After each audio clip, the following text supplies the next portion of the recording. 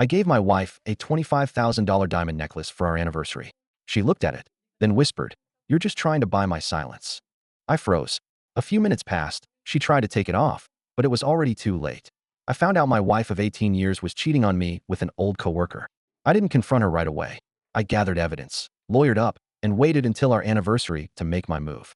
I gave her a $25,000 necklace as bait, and when she realized I knew, it was already too late. The divorce is in progress. I have primary custody. She lost everything. So this is what guilt looks like. Maura's voice barely carried across the table as she flipped open the jewelry box. I just watched her, waiting. She picked up the necklace, the diamonds catching the warm light of the steakhouse chandelier. She didn't smile, didn't gasp, just whispered, "You're just trying to buy my silence." And right then, I knew she knew I knew. She wore it anyway. That night, she tried to take it off, but it was already too late. 18 years of waking up beside each other, raising 2 kids, navigating job changes, losing parents, celebrating wins, recovering from losses. 18 years of shared grocery lists and late-night arguments and quiet coffee mornings. Maura and I had grown up together in so many ways. But something had changed. I could pinpoint the start of the shift to maybe 2 years ago. I remember the moment vividly. We were getting ready to go to my cousin's wedding. I came out in a suit and asked her what she thought. She didn't look up from her phone. "Sure. Looks fine," she said. She used to care. Used to adjust my collar, joking that I looked like a bouncer or a politician. But that night, she didn't even make eye contact. The little things kept piling up. The way she smiled at her phone more than at me. The way she started dressing up just to go to Target. The sudden long drives to her sister's place. But her sister wasn't around half the time. Still, I gave her the benefit of the doubt. We were in a rut, sure. But who isn't after almost 2 decades? I thought maybe she was just going through something. Maybe we needed to reconnect. I booked a couples massage. She rescheduled it twice. I tried bringing her lunch at home when she said she wasn't feeling well. She met me at the door and didn't let me inside. I could lie and say I didn't suspect anything. But I knew. And so I started paying attention. Maura had been using our old SUV more often lately, even when it made more sense to take the sedan. Said she preferred how it handled in the cold. I knew that was bull. She hated the way it smelled since Brennan spilled milk in the back seat 2 summers ago. So I placed a small voice recorder behind the dashboard panel. I wired it in and checked it every few days. I felt sick doing it. I hated that I had to stoop to that. But part of me already knew what I'd find. And I was right. I heard the first conversation on a Thursday afternoon. He called her Red, a nickname from years ago when she still dyed her hair. He laughed in a way I hadn't heard her laugh in years. His name was Sean. He worked with her before she left the law firm. They reconnected after a LinkedIn message turned into lunch. Lunch turned into drinks. Drinks turned into a hotel room near Oak Brook. The tapes didn't lie. She told him she loved him. That she was staying in the marriage for the kids. That she was waiting until Brennan finished 5th grade before filing. She said she didn't know who I was anymore. That I was a good dad, but not a man you dream about. The next few days were a blur. I stayed late at work. Ate at diners instead of coming home. I'd watch Ava at her soccer games and feel numb. How has this become my life? I didn't confront Maura. Not yet. I went to a lawyer. Melinda Wexler. Fierce, brilliant, and way more cutthroat than I expected. She told me exactly what I needed. Dates, recordings, texts, receipts, proof. So I started building a timeline. I kept track of every suspicious outing. I retrieved hotel charges on the credit card we never used. I dug through browser histories. I backed up everything. Then came our anniversary. I bought the necklace not as a romantic gesture, but as a trap. It was expensive enough to throw her off. Maura always loved luxury. It would look like an apology for working too much, for being distant.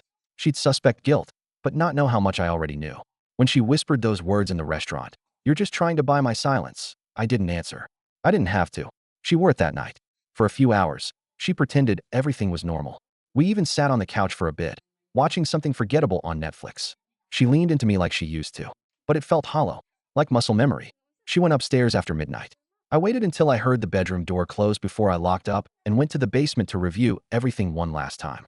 The next morning, she came downstairs in a robe, hair messy, makeup smudged. She looked at me differently. Not like a wife. Not like a partner. More like someone trying to calculate how much you knew. She didn't bring up the necklace, but I saw her fingers reach up to it a few times, like she didn't want it on her anymore. I took the kids out for breakfast. Pancakes and orange juice, then school drop-offs. It felt weird, acting normal. Like walking through a dream. At 11 a.m., Maura's phone rang with a notification. I'd CC'd her on the divorce filing. It came with a full list of evidence, audio files, financial records, and a request for temporary custody of the kids. No message. No explanation. Just the truth. When I got home, she was gone. Her shoes by the door. Her perfume still lingering in the air. And the necklace, back in the velvet box, left on the counter. She didn't even take it with her. I sat at the kitchen table for an hour, staring at it, wondering what would have happened if I never found out, wondering how long she would have lied to my face, wondering what she told herself to sleep at night. That night, she showed up at the door, tried to act calm, measured. Owen, we need to talk. I didn't open the door. She knocked again. Harder. Owen, come on. This isn't you. Still, I stayed silent. After a few minutes, I slid an envelope under the door. A printed photo of her and Sean outside a cheap motel near the Wisconsin border. She saw the timestamp. She didn't knock again. Her car pulled out of the driveway 5 minutes later, and I haven't seen her since. I didn't sleep that night. It wasn't the kind of restlessness that comes with heartbreak. It was a quiet kind of unrest, like something inside me had finally snapped loose and now floated freely in the pit of my stomach. The house was too still. Every sound, the furnace kicking on, a creak from upstairs, the hum of the fridge, felt amplified. I walked through the hallways in the dark, glancing at the pictures on the walls. Our wedding in Lake Geneva, Ava's kindergarten graduation, Brennan's first time at Wrigley Field. All of them were frozen moments that didn't feel real anymore. The next morning, the silence was replaced with something else. The first call came at 6:37 a.m. Maura. I didn't answer. Then a text. Another. 10 more. Some short and frantic. Call me now, please, Owen. Others long, circular, justifications wrapped in apologies.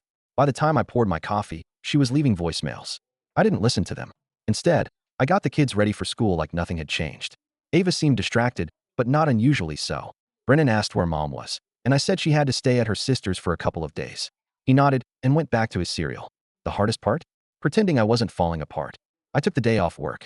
Not that I had planned to, but after everything I'd set in motion, I didn't know how I could show up to a job site and pretend to care about floor plans or supply chain delays. Around 10 a.m., I got an email from Melinda, my lawyer. Maura had retained an attorney. Good. That meant she got the message. We were officially at war. Over the next few days, things moved fast. Melinda filed an emergency motion for temporary full custody, based on the recordings and documented neglect, like the weekend she disappeared without telling anyone. We had a solid case. The judge granted it. Just like that, Maura was legally obligated to stay away unless I approved otherwise. I don't know what happened when she got the news. I imagine it was a mix of disbelief and panic. She didn't text me after that. Maybe her lawyer advised her to stop. It felt like progress, but it didn't feel like relief. Ava was the first one to ask real questions. We were driving home from soccer practice, just the two of us, when she finally spoke up. Dad, is Mom okay? I didn't know how to answer that. I think she's going through something, I said carefully. She was quiet for a moment, then asked, is she coming back? I didn't lie. I don't know. She nodded and looked out the window. The kids were resilient, but kids always are, until they aren't. Brennan cried when Maura didn't come to his school concert. Ava slammed her door one night after I asked her to put her phone away and shouted, "You think you're the only one hurting?" I didn't respond. She was right. What really gutted me, though, was that in all of this, no one else really saw Maura's betrayal. Not yet. To the outside world, we were just another couple separating. People speculated, sure. But Maura was smart. She didn't post anything. She didn't blast me online or gossip through the PDA. She just disappeared. And then, 2 weeks later, she came back. Not to the house, but to Ava's school. She showed up at the pickup. I wasn't there. I usually had my buddy Mark grab Ava those days.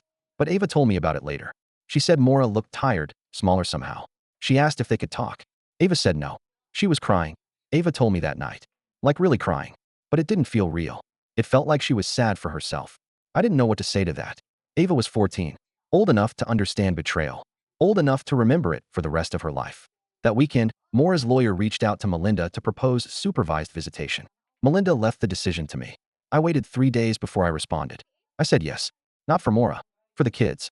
They deserved answers, even if they were filtered through a broken lens. The first visit happened in a neutral family center in La Grange. One of those places with soft lighting, painted murals, and a coffee machine that no one uses. Maura showed up in jeans and a sweatshirt. No makeup. She looked older, not worn out, just smaller. She hugged Brennan like she hadn't seen him in years. He clung to her. He didn't know what had happened, not really. He just missed his mom. Ava stayed seated the entire time.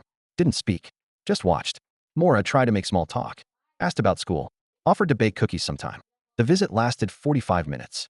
Afterward, Ava didn't say anything on the drive home. But she did take off the bracelet Maura gave her last Christmas and quietly placed it in the glove compartment. I didn't ask why. I already knew. Later that night, Maura texted me. Just a single line. I don't know how we got here. I didn't respond. Because I did. She made 1,000 little decisions. 1,000 tiny betrayals. and each one chipped away at what we had until all that remained was silence and suspicion. After Mora's text, I don't know how we got here. I sat with my phone in my lap for almost an hour. I didn't type anything, didn't even open the message at first. It felt manipulative, like a rope tossed into a well she had dug herself, hoping I'd be the one to pull her out. I wasn't going to bite. I didn't respond. Not because I didn't want to, but because I did.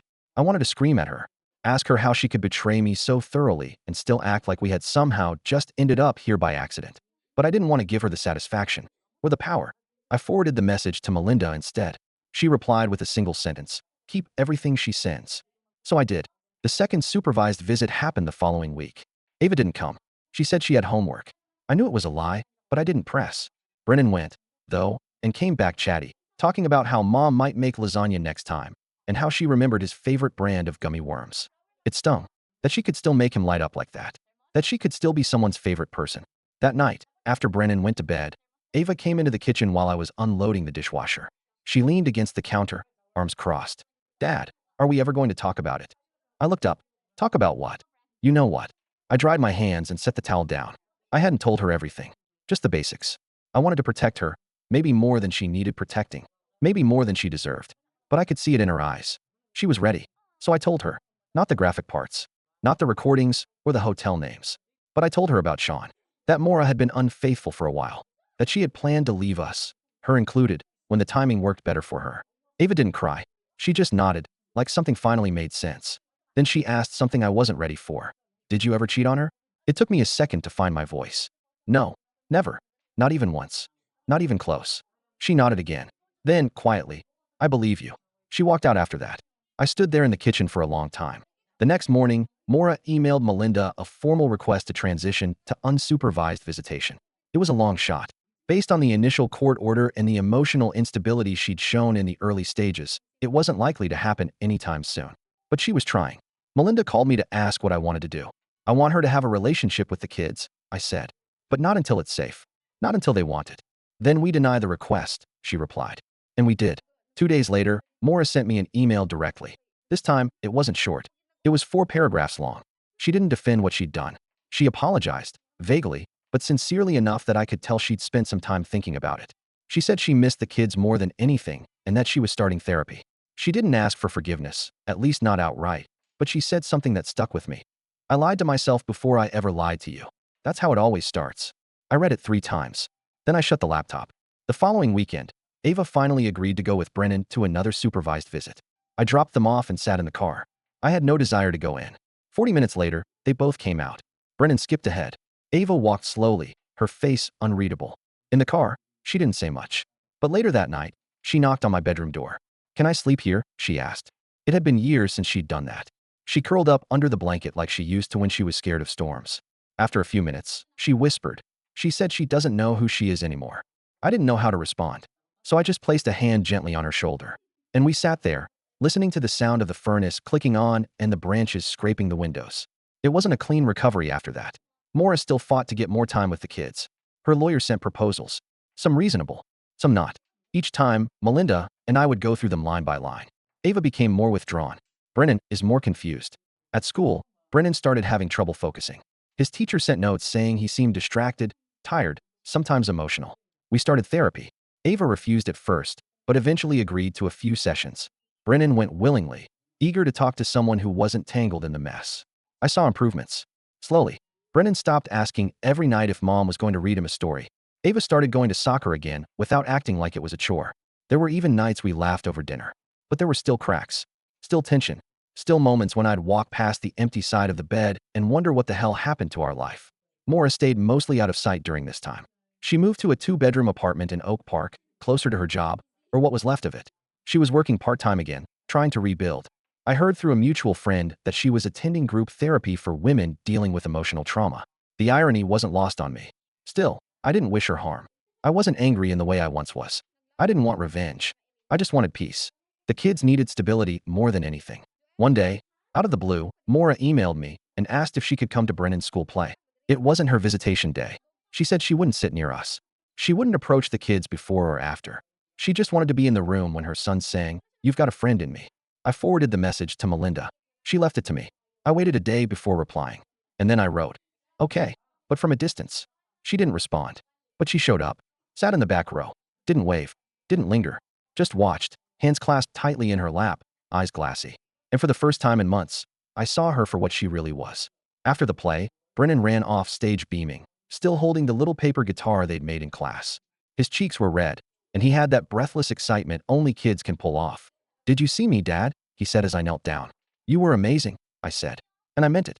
He had that pure energy that even a room full of fidgety parents couldn't drown out. Ava stood nearby, phone in hand, taking a few pictures.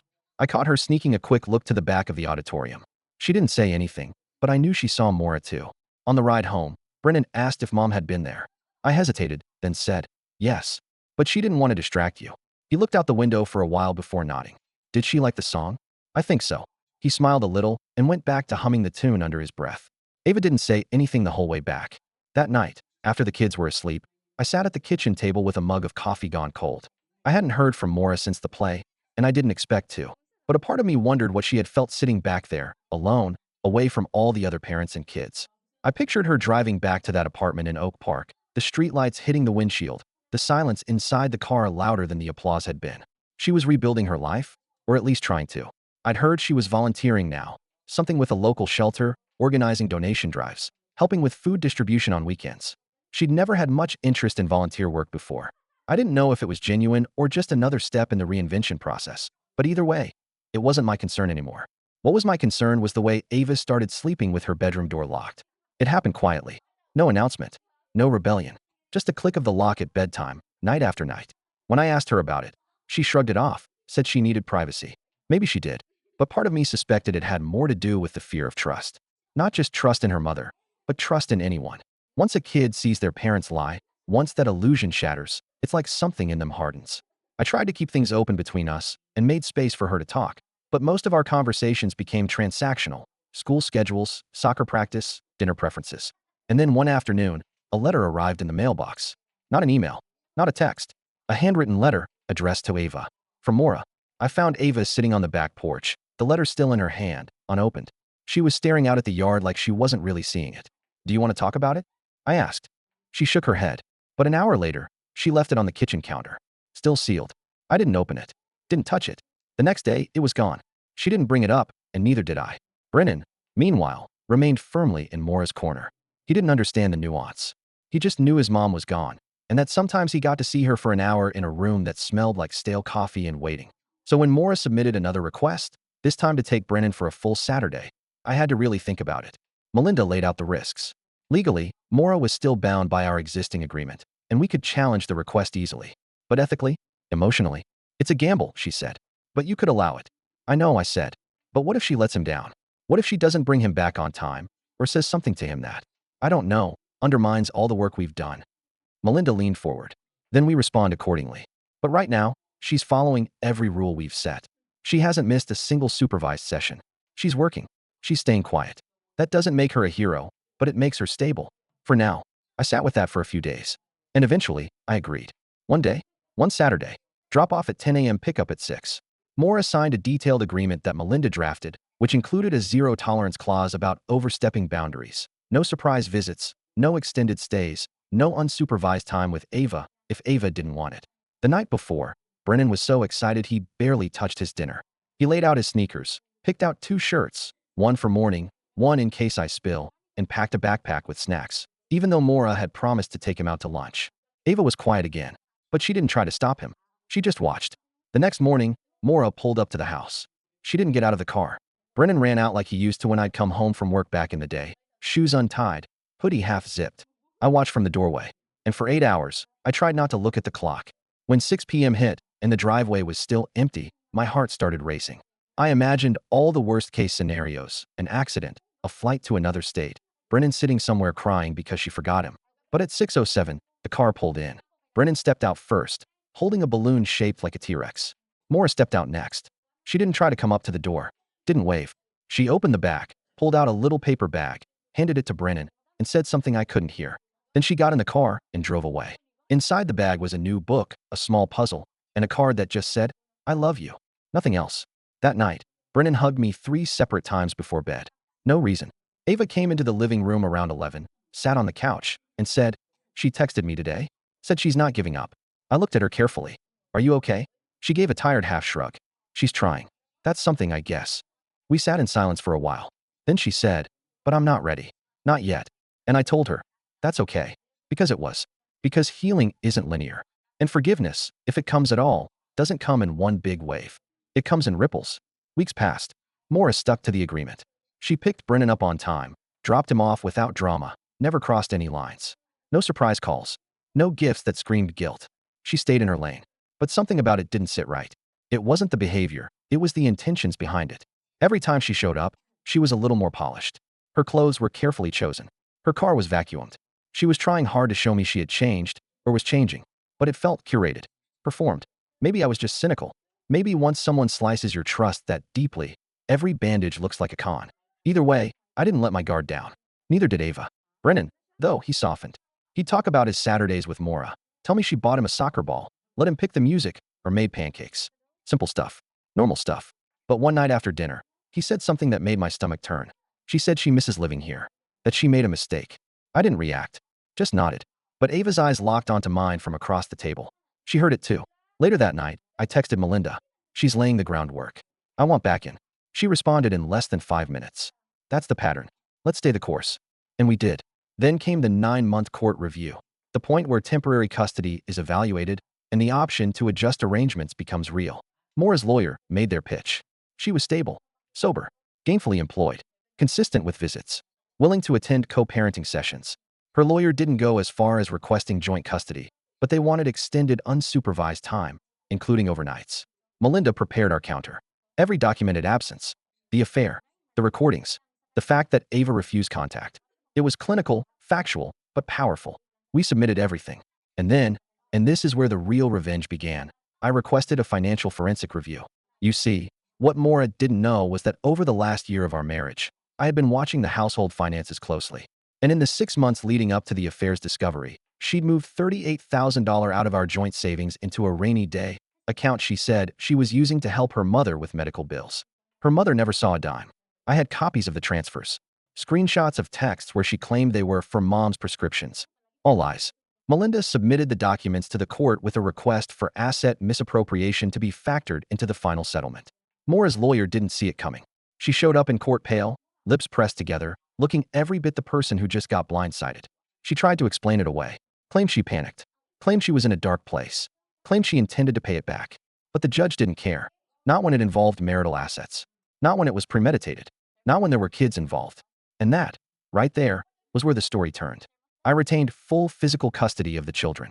Maura was granted limited visitation every other weekend, with quarterly evaluations based on Ava's preferences. The court ordered her to repay the $38,000 in scheduled increments. I was awarded the house, full ownership of our joint investments, and relief from spousal support obligations. Melinda called it one of the cleanest, most balanced soft revenge outcomes she'd seen. She played a long game, she said. But you played a smarter one. I didn't gloat. Didn't post about it. Didn't even mention it to the kids. The revenge wasn't in the punishment. It was in the fact that I didn't have to do anything cruel. I just let the truth sit in court, under fluorescent lights, in black and white print. And she undid herself. Maura still sees Brennan. He loves her. That won't change. And I don't want it to. Ava hasn't spoken to her in 5 months. Maybe she will one day. Maybe not. That's her choice now. I remodeled the house. Nothing dramatic, but I changed enough that it feels like mine now. New furniture. New pictures. Even repainted the walls. I let Ava pick the colors for her room. Brennan chose a ridiculous shark mural that he now insists is epic. We're building something new. Something real. Maura sent me one last message a few weeks ago. No apology this time. No request. Just this. I thought I could go back. But I see now that I already left. I didn't reply. Some things answer themselves. Sometimes, the most satisfying revenge isn't fire or fury. It's letting someone live with their choices. Alone. While you move forward, whole, and free.